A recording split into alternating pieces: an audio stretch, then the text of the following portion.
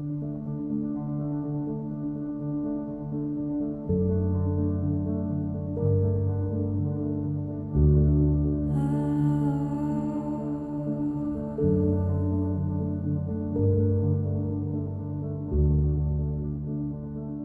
we are for part 4 of the interview with Professor James Malone-Lee, who is with us now. We also have Georgiana, who is an admin of the Embedded Chronic UTI Support Group. Georgiana, have you got any words to say before we begin? A little bit about you? No? I'm happy. I'm happy you're having me. Yeah. Okay. So let's get on with the questions. So we will carry on with the topic of sex. So question 1, Professor, is it okay to have sex whilst we have a chronic UTI? Yes, we think that it is. The matter of sex is quite interesting, because when I was working on my own, or with just one other doctor helping me, I tended to avoid asking about sex. 1, because I didn't feel sufficiently skilled, but 2, I just couldn't, I felt that I hadn't got the time, given everything else, in order to address it. And then I had a young doctor working with me one summer, and she upbraided me about this and said that this was not right, and stood over me while I entered a question about sex into our inventory.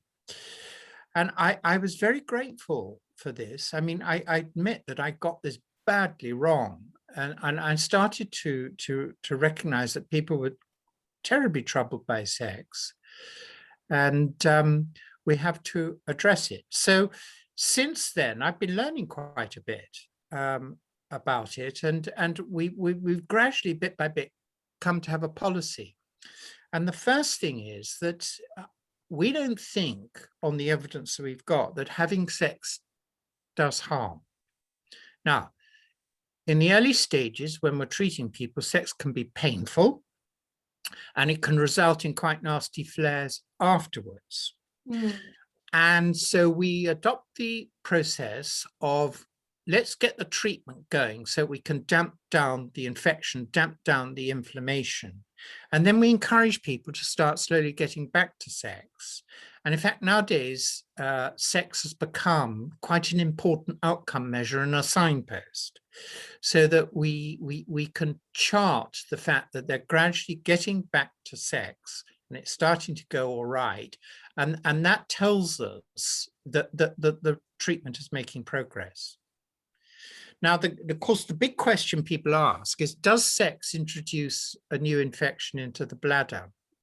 And our evidence suggests that that can't be the case, because most of the flares that are associated with sex respond to an increase in the dose of the treatment that we've been using. Now, if a new infection were introduced, then it would be unlikely that that would be effective. So we think that there are 2 possibilities. One, that the bladder is inflamed, and if you push on anything that's inflamed, it hurts. And so people who've got this condition will feel if they press on their abdomen, it hurts. And if they open their bowels, they defecate, it can hurt. And if they're constipated, it can hurt. And so the same principle there, sex puts an awful lot of pressure on the bladder, penetrative sex, and it can feel incredibly sore afterwards. The other possibility, which is yet to be explored, is that in the course of penetrative sex, more cells than usual get broken up. And as a result of that, the bacteria will escape from those cells, and you'll get what we call a planktonic flare, with lots of microbes dividing in the urine and in the tissues. And that transiently overwhelms the immune system, so that the inflammatory reaction flares up, and you got this reactive flare afterwards. Those are 2 possible explanations, but we're open to many others. And we do acknowledge that we need to study this in time, and we will do once we finesse the methods that we're going to use for it. That's really good, very helpful there. Thank you, Professor. The next question is, do we need to take any special precautions before and after sex? I don't think so. If you've got a tendency to flares, then we encourage people to increase the dose of their regime before and after sex. You know, if they can manage that before, all well and good, but certainly afterwards. And our advice is to maintain the higher dose until they feel more comfortable. And that's quite a nice move, because if our hypothesis that there is a planktonic flare and there are lots of dividing microbes there, then increasing the dose will wipe them up. And of course, you've got an opportunity to make quite an inroad into the infection. So that there's a great deal of sense in doing that. Thank you. What about the people say that you should void before and after sex? Do you think that is based on the idea that was around that a residual urine or any retained urine in the bladder somehow was causing infection. Now, that was never proven. And I haven't seen a shred of evidence that's frankly a worthwhile action. Okay. And remember that if you're on treatment, your urine will contain Hyprex and an antibiotic. So it may be more sensible to keep that urine in there so that it can do its job.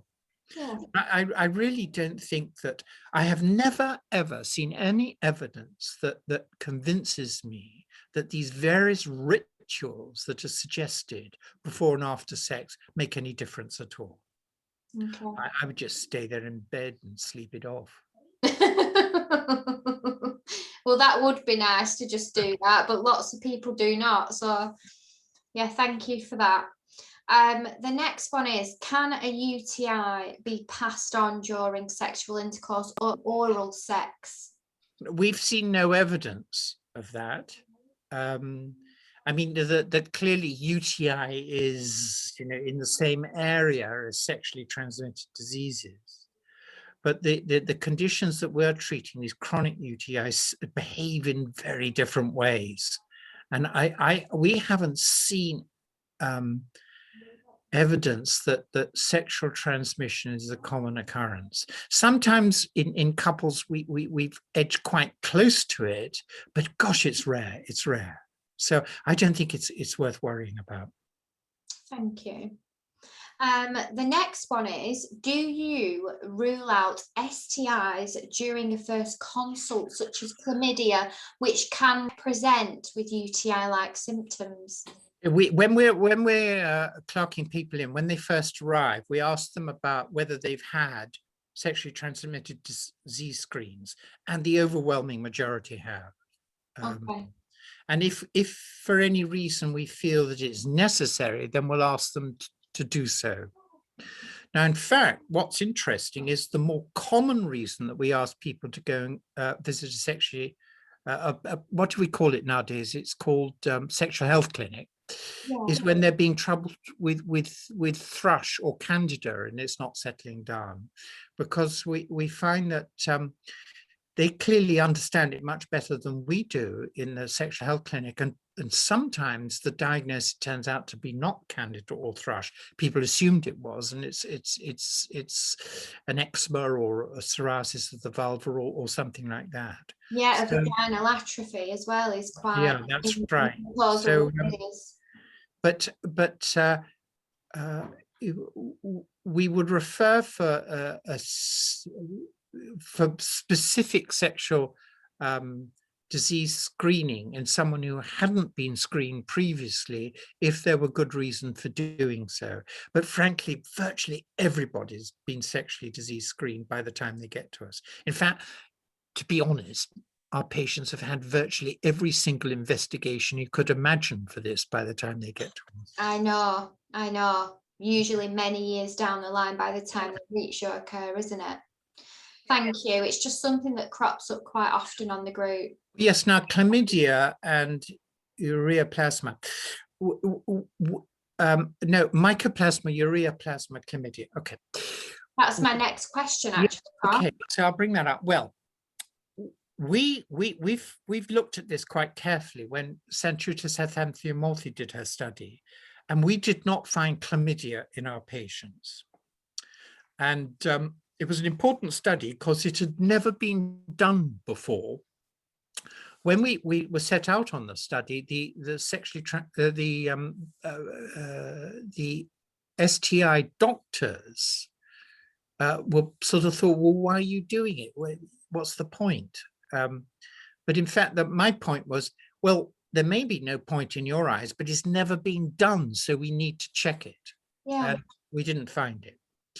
We found mycoplasma and ureaplasma equally in patients who had been on long-term treatment, so new patients who've been long-term treatment, and on normal controls, just the same distribution. So we're not convinced that identifying mycoplasma or ureaplasma in the urine using a genetic test tells you anything. And the other question is does abundance of the signal imply that it might be causing it? So say you get a very abundant mycoplasma signal or ureaplasma signal, and the answer is we don't know, but we haven't seen any evidence to suggest that. The idea that the abundance of a genetic microbial signal implies that it is the cause is just a preposterous claim at this stage. Absolutely preposterous, because the evidence just isn't there. No, because it is coming up quite a lot. Well, in nitrogen testing. Okay, well, let me tell you something. Everybody in this condition, it must be familiar with shedding. Everyone talks about shedding, and the cells are coming off. Mm. And when you've got this condition, you tend to snow these cells into the urine in very large numbers, and they accumulate in a deposit at the base of the bladder. And that deposit consists of urothelial cells and discarded white cells, discarded red cells, and also immune proteins, bits of gaglia, and so on and so forth. And that is a substrate, it's a food for bacteria. And those saprophytic bacteria, we'll call them, will come and feed and feed and feed on it, and they will multiply and multiply. And so we would expect people to have very large numbers of these bacteria when you culture or study them using DNA. Mm. They're in fact not pathogens, they're helping, they're the cleaners. Yeah. They're turning up to clean up the situation. So don't be had by this idea that abundance means badness. It doesn't necessarily. It may mean goodness. Yeah, because it is coming up in quite a high load on microgen testing. So it does come up quite a lot of that in the group. Well, I would expect so. If we found these microbes in normal controls, then we would expect them to turn up an awful lot. Yeah, absolutely. Thank you for that, Professor. So that's the sexual intercourse side of it over with. So we're now on to pregnancy, which Georgiana is going to ask some questions about pregnancy. Yeah. Right. Should pregnant women with chronic UTI be in treatment, and can delaying treatment cause harm to mother or baby? Well, we're finding our way with pregnancy. It's a slightly complicated matter to discuss, but let me have a go at it. If you look at in the developing world, prematurity and miscarriage is really quite a problem, but premature delivery is a very significant problem. The one factor that correlates with that consistently is urinary tract infection. So Yeah. urinary tract infection in the third world is directly associated with premature delivery and with miscarriage. Now, in the 1960s, Cass did an experiment that demonstrated that if he found women who were culture positive on his microbiological analysis and pregnant, that if he treated them with an antibiotic for the rest of the pregnancy, he reduced substantially the incidence of premature delivery, miscarriage, preeclampsia, and pyelonephritis. Now, today, when we go back to look at Cass's work, we find that the cultures are not predictive in the way that he described. And we think that's because he was working with what's called an enriched population. And we think that the pregnant women that he recruited to his study had been admitted because they had urinary tract infection and that they had particularly bad urine infection. But we do know that that urine infection is associated with these risk factors, which is miscarriage, prematurity, pyelonephritis, preeclampsia. But we are yet, in this day and age, unable to identify what markers of infection in the urine of the pregnant women should alert us to addressing this. Now, most of the pregnant women that I see have a history of chronic urine infection and a disproportionate history of struggling to become pregnant or recurrent miscarriage. And we start treating them for urine infection, and it's not uncommon for the women to become pregnant naturally when they were waiting for IVF. So we suspect that the urine infection may have been interfering with conception. Wow, that's interesting. Yeah. But we don't know. So what I do is this, that if a woman becomes pregnant, we say, right, well, we're going to monitor you obsessively carefully during the pregnancy, and you're going to have to turn up and we're going to do a urine microscopy every 4 weeks. And we'll monitor your symptoms as well. And if you've got a pus cell signal in the urine, then we're going to treat you, and we'll treat you with cephalexin preferably, or nitrofurantoin, or amoxicillin. That was the second question. If do you use a different treatment? Yeah. Well, cephalexin and nitrofurantoin and amoxicillin are all extremely safe in pregnancy. There are some women who I've got, in order to control their infection, have to have them on co-amoxiclav, and in a few cases, one or two, we got them on a combination regime. We tend to try and take them off nitrofurantoin in the third trimester because there's a rare chance that its use can be associated with a hemolytic anemia in the baby. And we tend to try and get patients off co-amoxiclav in the last trimester because some time ago, someone produced a paper suggesting that the use of co-amoxiclav was associated with a certain fasciitis in the baby, but that's since been disproven. But we're just ultra cautious, ultra careful. And the evidence is that Hiprex is safe in pregnancy. Yeah. And so when we're dealing with pregnancy, we have our pregnancy drugs, and when we're looking after the patients, we give them a write-up on those antibiotics in pregnancy. Now, the other thing is I look after them, and I've apparently that I've dealt with approaching 290 different pregnancies, and the miscarriage rate amongst those patients appears to be extremely low, given the fact that they have a chronic urine infection. So there's some suggestion that we might be doing the right thing. But we've got a young doctor doing a PhD with us at the moment who's taken over from another doctor who did a PhD, who's specifically exploring pregnancy. And we're trying to use a more sophisticated way of monitoring the urine to try and find out whether we've got some clear markers of who we should be looking after more so. Now, if someone's got a long history of chronic urine infection, I have no problems. I mean, we just get on and manage them that way.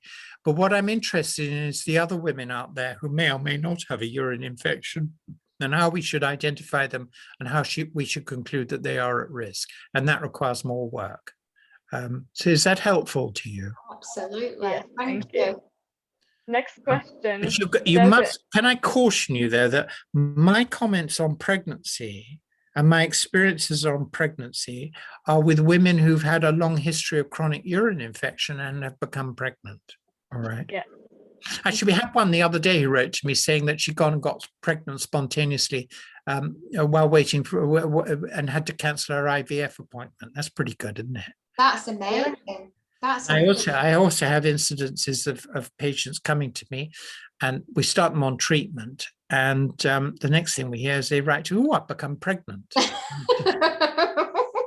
And the reason is that they weren't becoming pregnant, so that they didn't think that they were likely to become pregnant. Yeah, well, another lovely thing that we get to see the pictures of the mother and baby on the group post. Right. It's lovely to see. Yeah. Very nice. Okay, next question. Does the increase of shedding in pregnant women affect treatment? No, not at all. I'll tell you, though, it's really interesting, this. We discovered that normal women shed epithelial cells in large numbers during pregnancy. And that's so interesting. It suggests to us that evolution has caused mothers to start shedding these epithelial cells in order to protect themselves from getting an infection. Because if you're in early evolution and you're out there as an early hominid in the African savanna, and you're pregnant and you get a urine infection, it's going to be disastrous, both for you and the baby. So we think that the epithelial cell shedding is a protection mechanism, but we can't be sure. But there's a fascinating thing, is that time and time again, when we're dealing with a mother, that we take them through pregnancy on the antibiotic, and then after they deliver, we keep going because we don't like flares occurring when they're nursing and looking after a new baby and all that kind of thing. And then once they're settled and so on, we discover that we can take them off the antibiotic and all's well. And we think that the massive shedding that goes on during the pregnancy may well have just cleaned out the infection. Wow, that's interesting. So I'm quite interested in these potential future medications that stimulate shedding. Yeah. Now, before everyone jumps on the bandwagon and starts trying to seek shedding drugs, we got to be very careful, because a drug that promotes shedding has the potential to induce a malignant change. So got to be very careful indeed. Absolutely. Okay. Absolutely. Yeah. The next section is smear testing, Professor. Yeah. A bit of a concern, because we get quite a lot of ladies in the group that are terrified of having their smear test, worrying that it will cause a flare. So what is your message to those patients that are missing these very important smear tests? I think that they've got to accept that it may well cause a flare. I mean, rummaging around in the pelvis is a good way of causing a flare. But I think you've got to have your smear test done, because it can be life-saving. And my advice is just to increase the dose of your regime over the course of the days around having the smear test done, and continue with the higher dose until you're feeling a bit better. Thank you. But it's not, I mean, it'll stir it up a bit, but it's not going to put you back, and it's not going to make you worse. And once again, it's the principle, it may stir it up a bit, and that's a great time to go in there and kill off a few bugs with some extra doses. Yeah, it's so important. People should not miss them smear tests. It's so important. So you've answered the next question, which is, will a smear test cause symptoms to worsen? So you've already covered that for me. Thank you. The next section is hormones. So why do some women, not all, flare around ovulation and a cycle, a period? I mean, that is a very difficult question, because yes, we have women who flare during ovulation, and we have women who flare before their period, during their period, after their period. And the trouble is, there's no reproducible pattern. It's that different women are perturbed by their cycle, but at different points in the cycle. So we're left really rather perplexed as to what's going on and what we can do to correct it. And the same applies to estrogen replacement. I mean, some people will come along and say it really helped them, and others will say it made me much worse. Yeah. So my declaration is, I'm not sure what hormones are doing, though I acknowledge that they tend to make it worse in some individuals. But quite what the chemistry is, I just don't know. No. I'm perplexed. There's a possibility that, particularly during the menstrual period, that the increase in the blood flow through the pelvis might cause some increase in blood flow through the bladder, and therefore some stretching of the bladder that makes it more painful because it's inflamed. That's a possibility, but we just don't know. We don't know. Thank you. The next one, which is quite often spoken of in the group, do any type of contraception, such as the Mirena coil, injections or oral tablets, have any effect on progress during treatment? Again, very mixed on this one. Not that we've ever identified. We've never seen a pattern that is indicative. There again, that the people's response to these things is astonishingly varied. Yeah. I'm afraid the individuals has got to try it and see what happens. It's as crude as that. Yeah, like I said, there's mix. Some people are worse, some people are okay. Do you see a correlation of hormones and symptoms in a male patient at all? Hormones and symptoms? On a male patient, do you find any? No, I've seen nothing to suggest that. Nothing to suggest that at all. No. Okay. So moving on to Georgiana now, which is men and QT. So here we cover the men. Georgiana, if you'd like to start with question 1. Yeah, are men harder to treat for chronic UTI?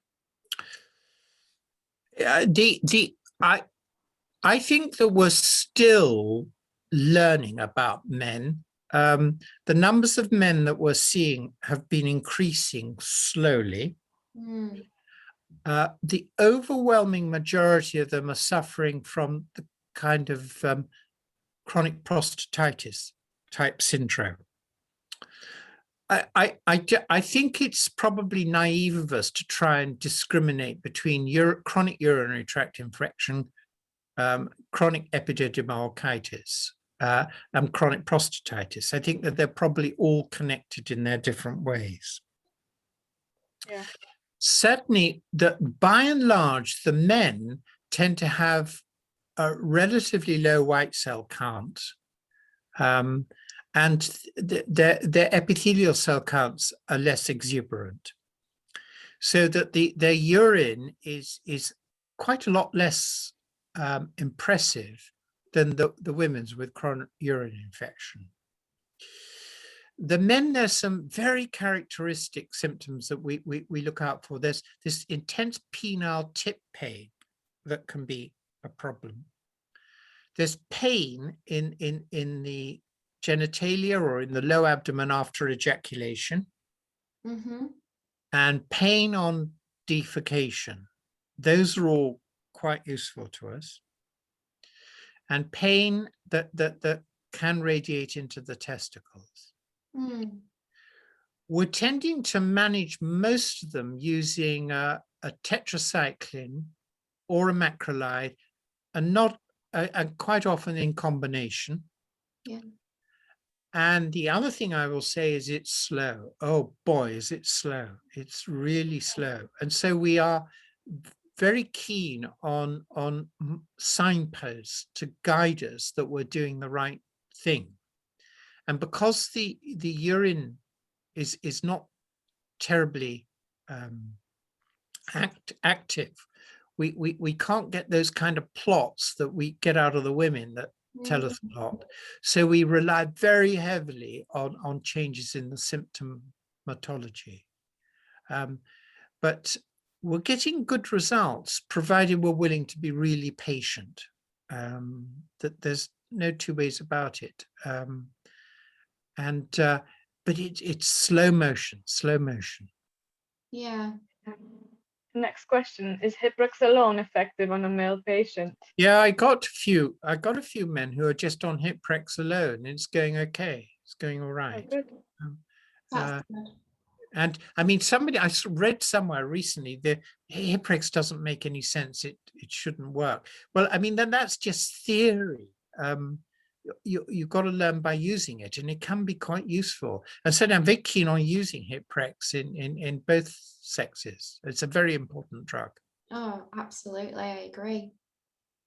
Next question, do you find men in your unit wrongly diagnosed with prostatitis? No, I think that the prostatitis component is correct. What I do question is that the kind of sort of extraordinary maneuvers that people will go through in order to get a prostatic specimen, in order to culture it and try and find the bugs. We don't get involved in that at all. We don't do any cultures, and we use the process of finding an antibiotic by trial and error and changing the symptoms for it. And it's do it that way. Can a UTI travel to the prostate?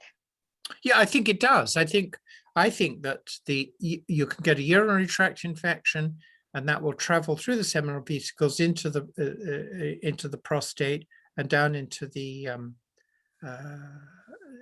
sorry, I got it wrong. They can from the urethra into the prostate and down into the seminal vesicles. Yeah. And it can all be part and parcel of the whole thing. So yes, I do. Yeah. And the next question, do male patients in your care ever complain of flaring after sexual intercourse? Yes, they do. And the reason is that they can flare badly after ejaculation. All right. And we think that the internal sphincter of the urethra can go into a cramp-like spasm. It can be bloody awful. Right. But we use that as a guide as to how we're doing. Yeah. So what we're asking to see is to let it ebb. Right. And the other thing about men is we will often do a trial without treatment just to make sure that we're doing the right thing, and then sometimes they get a bit cross with me because they blow up afterwards. We have to put it back again. No, but it's good that you do that, I suppose. Yeah. I think that we have a principle is that if there's ever any doubt as to whether the treatment is being effective or not, we'll do a trial without treatment. And I think this week I've already initiated 3 trials without treatment, simply because I was doubtful as to whether the treatment's effective or not.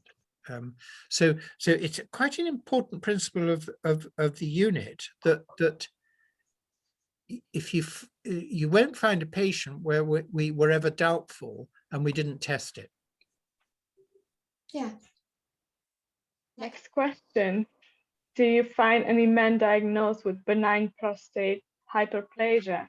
Would you consider this a symptom of acute chronic UTI or a separate illness? The thing is that the two can be they both got rather similar symptom complexes.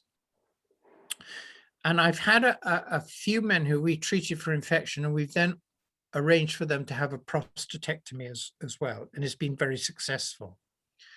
And I just think you've got to analyze the symptoms really very carefully, and the people who've got BPH, that's benign prostatic hypertrophy, that's blocking them, you can identify that there is some kind of blockage in the symptoms that's very consistent, as opposed to the infection voiding problems, which tend to oscillate. That's the way we work it out. I mean, years ago, I was a urodynamicist. I spent 20 years working on urodynamics, and I found it desperately disappointing in trying to discriminate amongst the men as to whether they had prostate obstruction or not. So I'm a huge fan for doing it on the symptoms and on what the urine shows and so on. Yeah. Last question in the male section. How do you treat persistent thrush on the male genitalia? I would, if it was persistent and not resolving, I'd get them to go to the sexual health clinic. All right, because it'll often turn out not to be a thrush. They thought it was, but it wasn't. It's something else. Eczema of the prepuce, some kind of circinate balanitis or something like that. So if I don't get a rapid response, I would seek more wise counsel. Okay, thank you. Again to you, Georgiana, for children now. Children. Why is there no one treating children in the UK? The children, let me get, right, I'll give you the story of the children.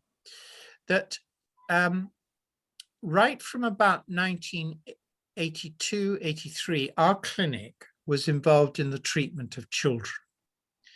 And when we were an incontinence clinic, we dealt with a lot of children with bedwetting and daytime incontinence.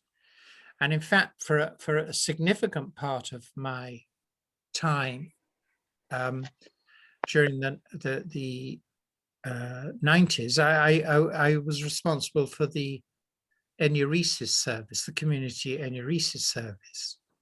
And so when we moved to the Whittington in 1999, we continued to see a small number of children, and that went on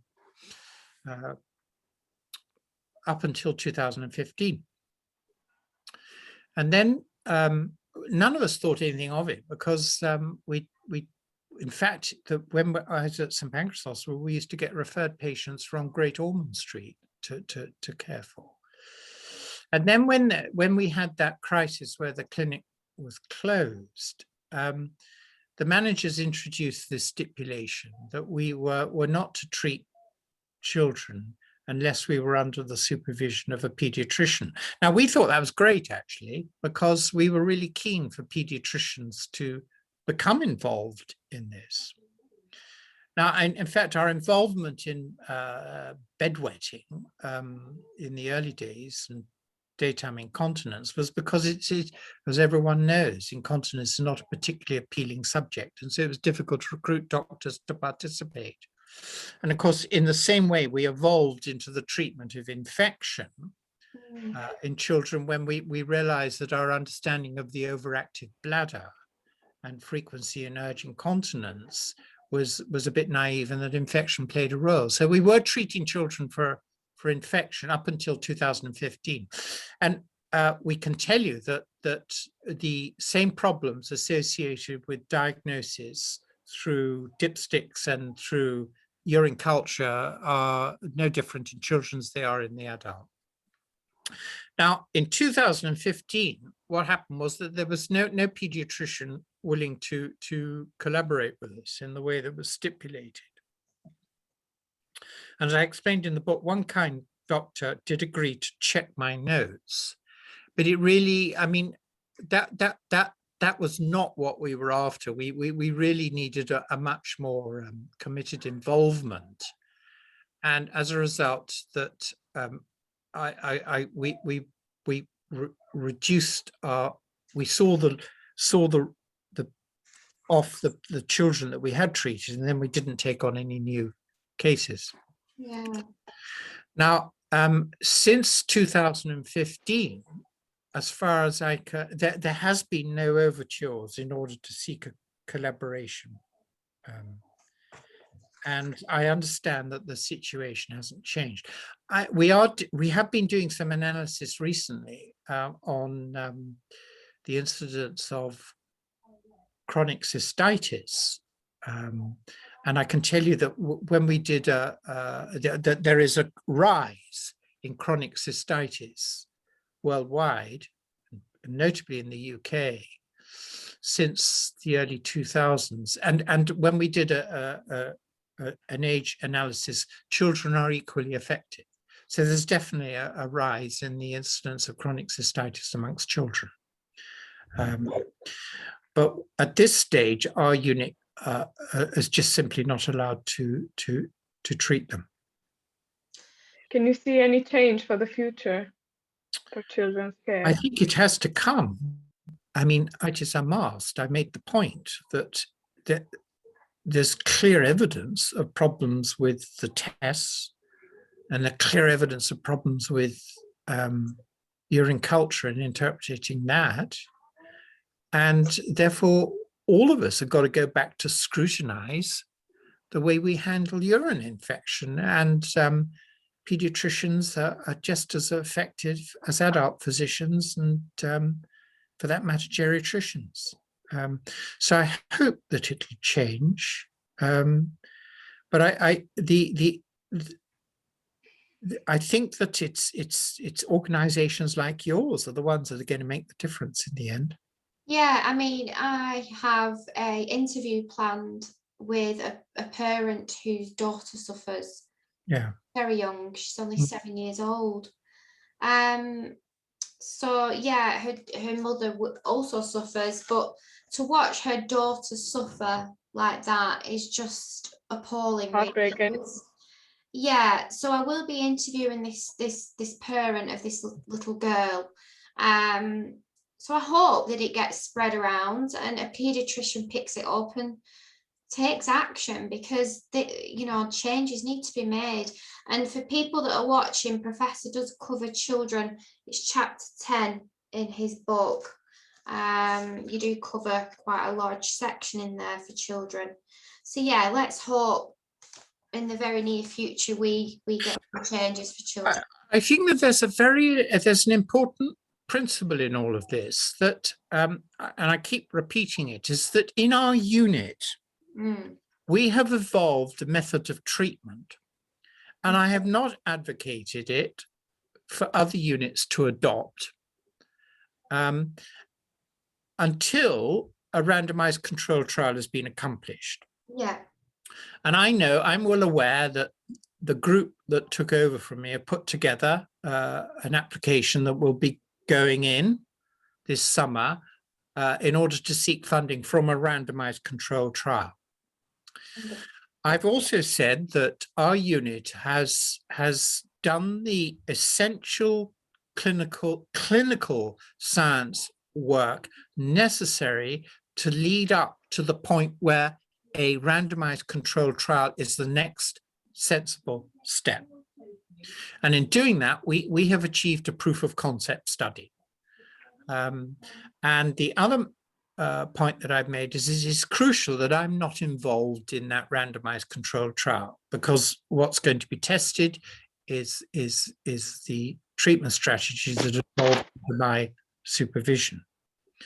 So when I turn out to the rest of the world, I say, this is my point. we have now demonstrated that the dipstick test is seriously faulty.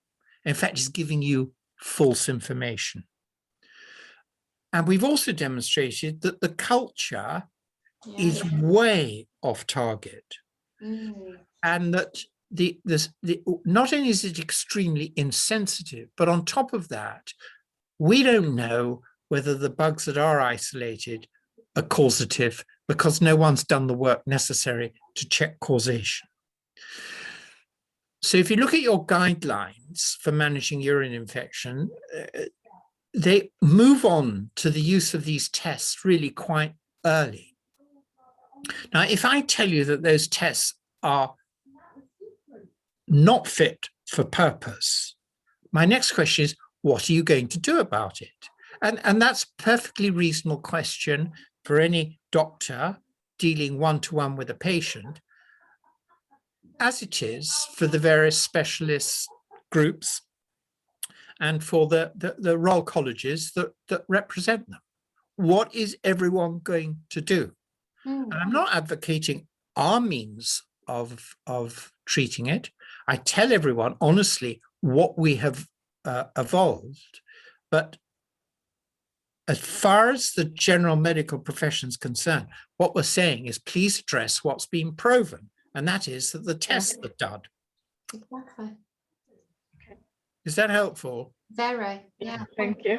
The last question in children's section is, what is your message to parents whose children are suffering recurring UTIs? Well, I think that my view is that I think your organization should become a focus for them. And I think I understand that you are organizing for parents, and I should do that. You need to advocate. You need advocates, and that's the way to deal with it. Absolutely. And I think the interviews will really help with that, won't they? Yeah. Okay, thank you for Thank you, Professor. The next section, which is something that I'm very, very passionate about, is the elderly care sector. Now, I have come to realise with my own research and speaking with UK Sepsis Trust as well, actually, personally, I've had a call with them in the past. And my concern is these elderly patients in care homes, specifically ones with dementia, actually, sadly are getting untreated UTIs and then being sent in an ambulance to hospital and sadly passing away with urosepsis. Now, it's very, very worrying. What's going on, basically? Why is this happening? Why are the elderly not getting the care that they require?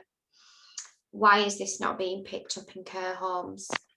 And why are these elderly patients not being listened to? And why are the urosepsis rates so high in the elderly sector? Because it's clearly from an untreated UTI.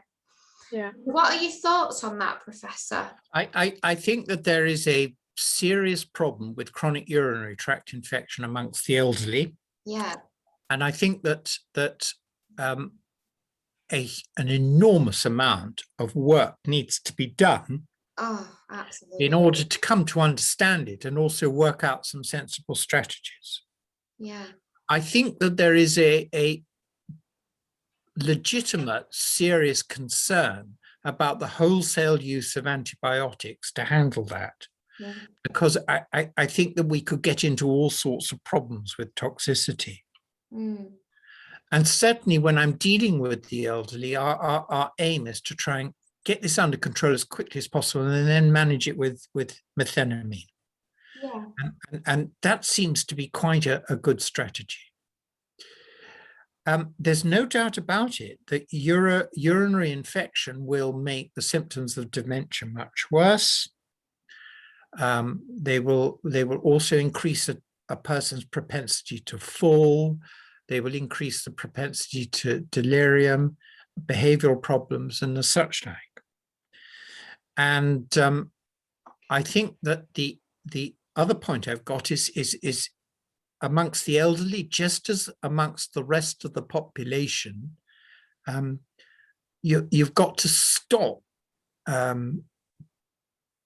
this reliance upon the tests and on the cultures. Yeah. In fact, in the management of elderly, it's become common for people to say, well, the dipsticks will be positive, so you just ignore them because that's the normal state of affairs. It isn't normal to have pus cells in your urine. And we've got to address that. There's no point in ignoring it. You've got to address it. There again, I think that we've got to find a means of handling that with the minimum use of antibiotics, but in a way that brings that evident infection under control, such that the patient can live much more comfortably. Now we've got a number of elderly people under my care at the moment. We have strategies for handling them that can be quite successful, but we're not by no means successful all of the time. But I would love it if to see some people from the geriatrics speciality to start participating in this and taking it really quite seriously, because it's a major problem. It really is. It's heartbreaking, actually, Professor. The amount of elderly that are being rushed with you. I'm just absolutely quite shocked about that, and the care that they're getting in the care homes. You see, I think they're sitting in their own urine, and urosepsis kills. It's heartbreaking, isn't it? I think that I'm very the key point I make about the use of Hyprex is it's a physical chemistry that's doing it. It affects the acidity of the microbes, and that's how it works. Now, there's plenty of potential for us to produce other chemicals that can manipulate the chemistry of the urine such that we could make a difference. And I think it's an area that needs to be open right up. Yeah, absolutely. Something needs to be done there. The next section is a bit tricky. It's about the cure rate. What percentage of people end up cured after long-term The treatment? thing is, I always get me into trouble. I refuse to ever say that I've cured a patient. That's the point. Absolutely point blank refuse. And I shouldn't do so because I'm dealing with a chronic disease. So I'm not a godlike figure. And I would think it would be appalling if I were to tell someone, right, you're cured. And I think that in fact, it horrifies me to see people, talking about these sort of new therapies. They say, well, I had phage therapy and I was cured, or I had this and I was cured. I'm incredibly skeptical about it. I think you've got to accept life for what it is. And so this is what we do with patients who've got chronic urinary infection, that we will treat them using a protracted antibiotic course along with Hyprex in order to get the thing under control and bring it right down and clear the symptoms. And our target is then to get them on Hyprex on its own. Mm-hmm. Yeah. And that is always our declared reason for action. And when we get to that point, we discharge them from our care.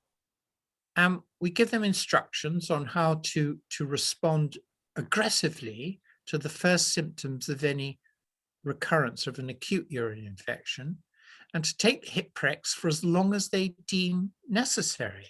And I'm not expecting them to come back to me and say, oh, I was able to give up the Hyprex and I haven't taken anything for 2 or 3 years. Because, why do that? So I haven't a clue what our cure rate is. I haven't a clue. And I would ask everyone to accept that. And the reason I want them to accept it is because I'm telling the truth. Yeah. and you've got to live with the truth. Now, I remember when I gave a cross-section of answers to the question, how do you feel compared to when you first started?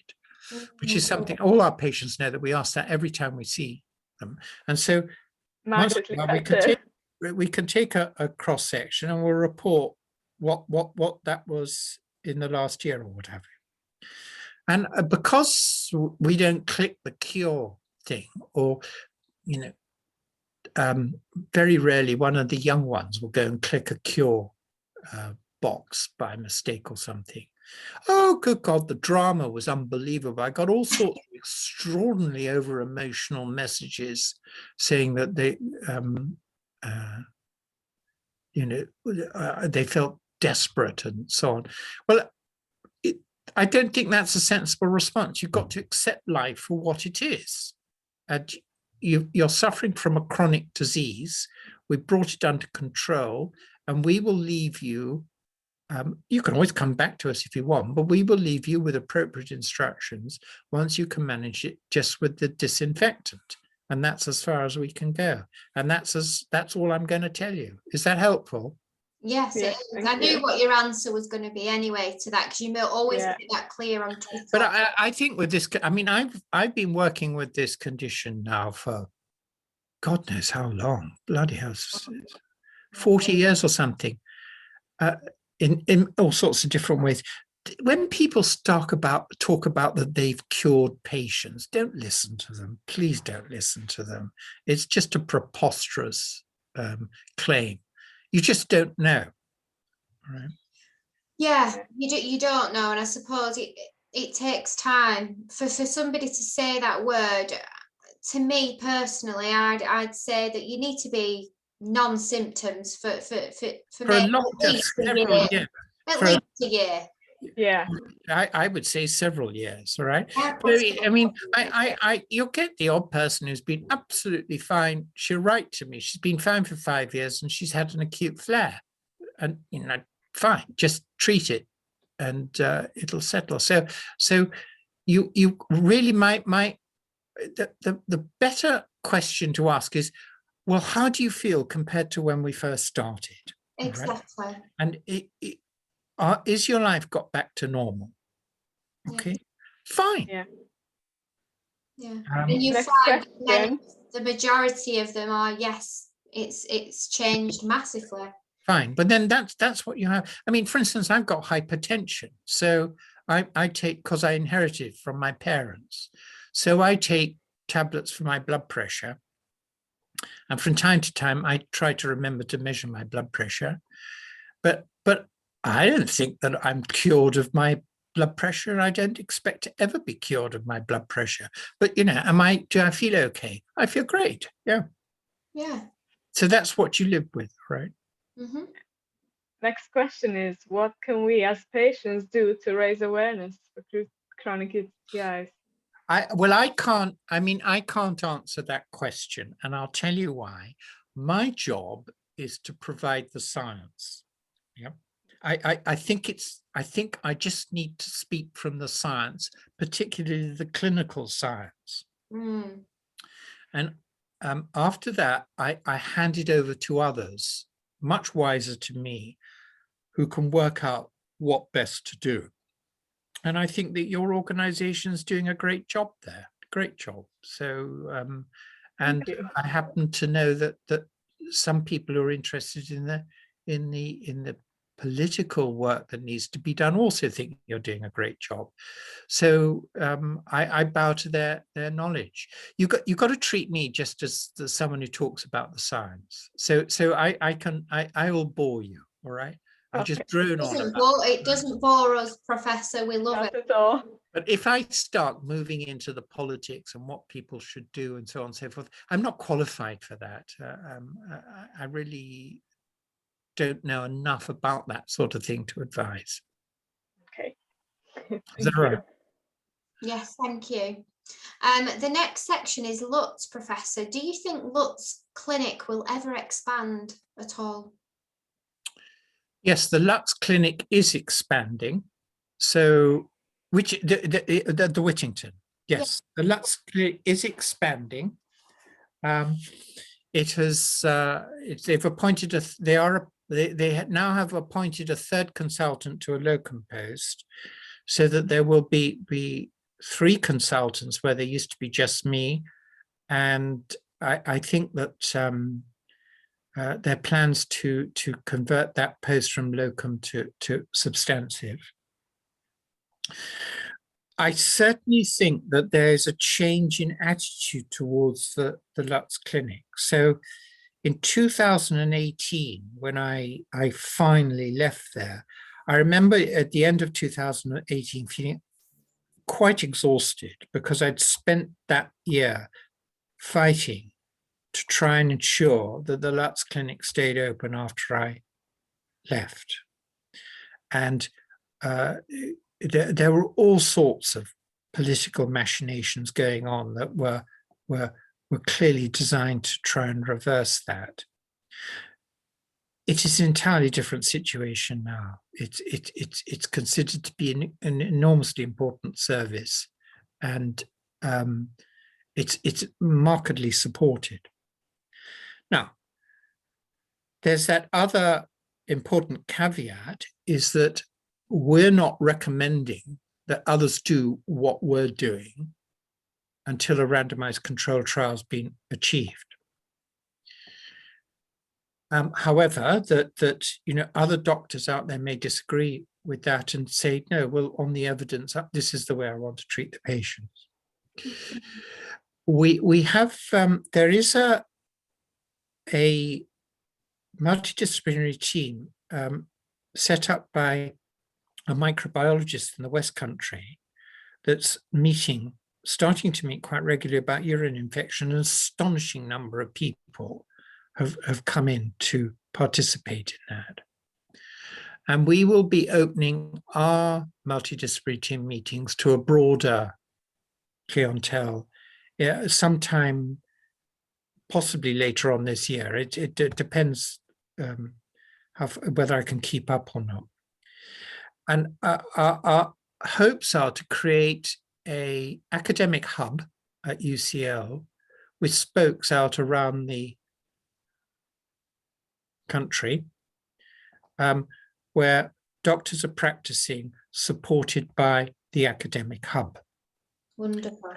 Now, I know that works because I've been doing that with some Australian doctors for quite a while now. And in fact, that just before I came on, I got a letter from one of those doctors thanking me for the advice that I'd given earlier on in the week.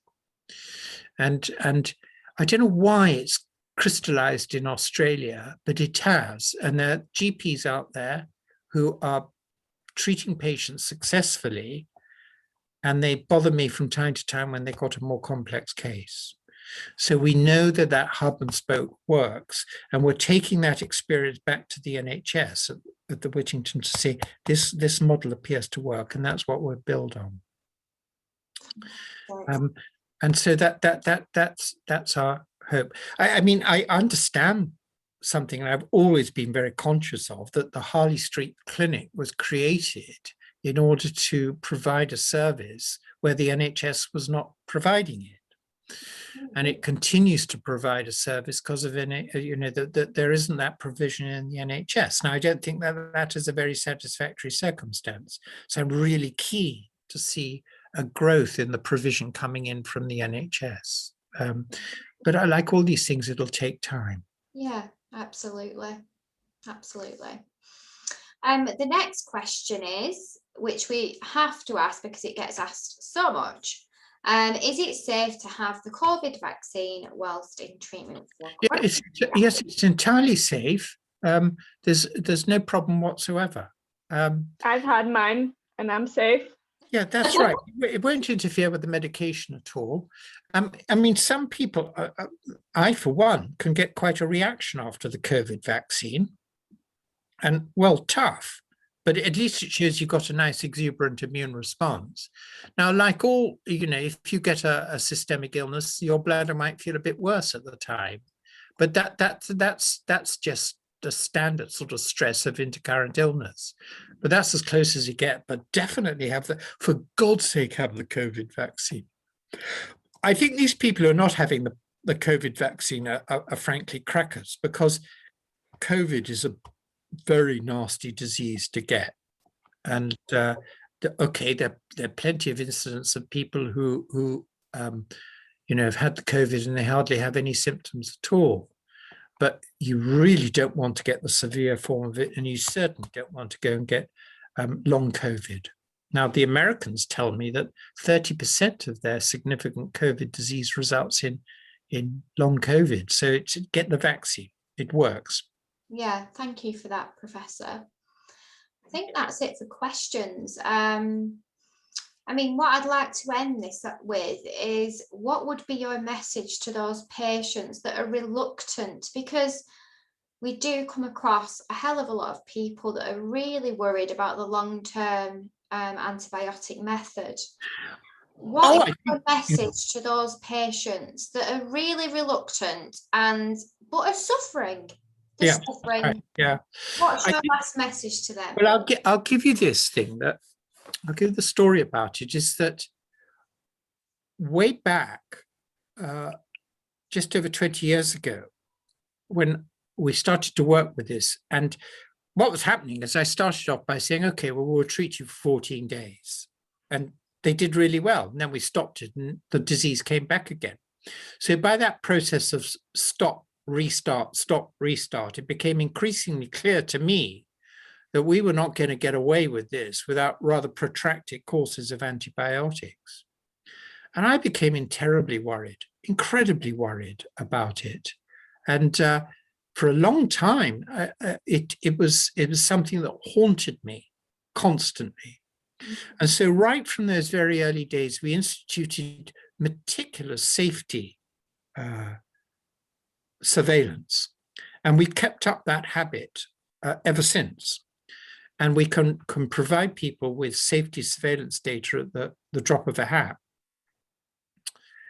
A real breakthrough came at the beginning of 2014, when we came to the conclusion that the culture was giving us rubbish data. And from that moment on, we ceased to treat people based on the culture. Mm-hmm. And that had a dramatic effect on our prescribing selection, because we started managing people on what we saw in their urine with the microscope and how their symptoms did. And that caused us to focus obsessionally on the first generation narrow spectrum urinary antibiotics, which were invented when I was at school, and which happened to be the safest of the antibiotics. So cefalexin, nitrofurantoin, and trimethoprim, all staggeringly safe. And then we found that by introducing Hyprex, we were able to limit changes in the antibiotic. And really it was a complex learning experience. We found that Hyprex seemed to stabilize the situation. And also we started to learn that the flares were not resistance to treatment. They were just part of the recovery, so that we became much more consistent. And then during the COVID epidemic, we got denied the urine microscopy. And I started managing people an awful lot on symptoms. And that has taught us something really serious, is that chopping and changing in response to symptoms is an extremely bad idea. So people attending our unit will recognize we're getting much stricter about microscoping the urine. And I've got really very reluctant to change prescription unless I can see a proper urine microscopy. It doesn't matter how cross they get with me, that's what we're going to do. Now, in our data, that's demonstrated something quite extraordinary, is that in measuring antimicrobial resistance, we took over 3 years patients turning up at the Whittington Hospital casualty department with acute symptoms of urinary infection. And so a urine was taken off them and cultured, and we measured the resistance in those bugs. So we were measuring the resistance rates in the ordinary run-of-the-mill normal people around there. In the last 2 years, our resistance counts from the cultures we've done in our patients have dropped to the same level. So using that, adopting that position of sticking to those really simple antibiotics, sticking to the same regime, using Hiprex, we've got the same antimicrobial rate as the ordinary population, despite using protracted courses of antibiotics. It's most extraordinary. So, and then our adverse event data demonstrates that we are practicing really safely. We very, very rarely have a serious adverse event. Cefalexin, nitrofurantoin, and trimethoprim have very low C. diff rates. Now, we've had 1 or 2 C. diff events in the last year or two in people who were being treated with cocktails of broad spectrum antibiotics before they got to us. And but by and large, our data on that's pretty okay. So I agree with these patients about being anxious. I was an incredibly worried person. And I continue to worry about some patients who we've really got to break the bounds in order to get them under control. And I think it's important. But I'm very satisfied these days that we're managing with the safest regime that is achievable. And that's after an awful lot of effort over a long, long time. By a long, long time, I mean 20 odd years. Mm. So I can reassure people. And the other point is that the disease itself is a toxic disease. And if you leave it there untreated, it can cause an awful lot of problems later in life when you've got a really ingrained infection that's got up into the kidneys and God knows what else. So it's worth getting it sorted out. Exactly, or worst case scenario, sepsis. That's correct. Well, I mean,